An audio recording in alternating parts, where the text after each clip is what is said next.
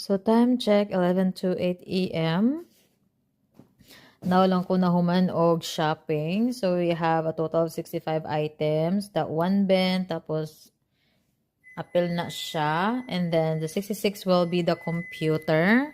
Mag-pick lang ko or whoever likes to choose a Chromebook for the another balikbayan box, you guys. So aganam-anam na gid me. And then, napadiha, gamay na lang gid siya as in. Because the goal is, mapotos gini siya sa balikbayan box and move it to the warehouse nato. And yes, para natay space diri because my plan is, sige may kawadan og kuan. Kaya sige na mo siya agagamit. Tapos, muna among share you guys. It's called DIY. Yaya ka lang. What's up, babe? Oo. Because akong plano, Madam Sir, is, Yaya's busy, as usual. Kaya ako na siya i-transfer ang amuang get ready room sa living area space.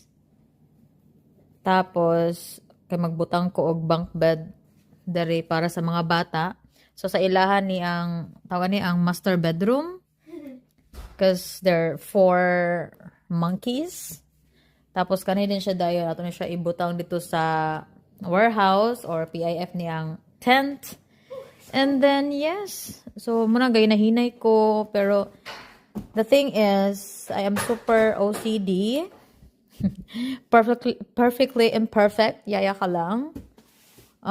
Tawag ni, need ko og backpack, more backpacks, more handbags, and more pillows, more stuffed toys, and the rest of this, kaya ako siyang i-mix match. So yeah, that is the plan. But then, di ko gusto maglakaw for that. Gusto ko by schedule na may karon para napid may routine ba. So today is Sunday. So tomorrow pa may mag-run errands. So mo to akong lista for hopefully mapack na siya and then I would need more boxes. Siguro mga another 10. So napa ko nabilin mga 4 or 3 na lang. And congratulations, nanatay duha ka winners. And more to go, guys. Okay? Dagan pa tong boxes, oh. Kana siya, na yung mga sulod, ana.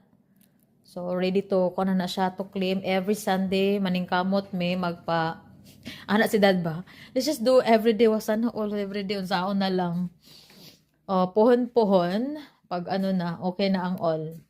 So, for now, once a week, it's a Sunday blessings for us all. So, again, tanan maka-join. So, banat lang and abang-abang.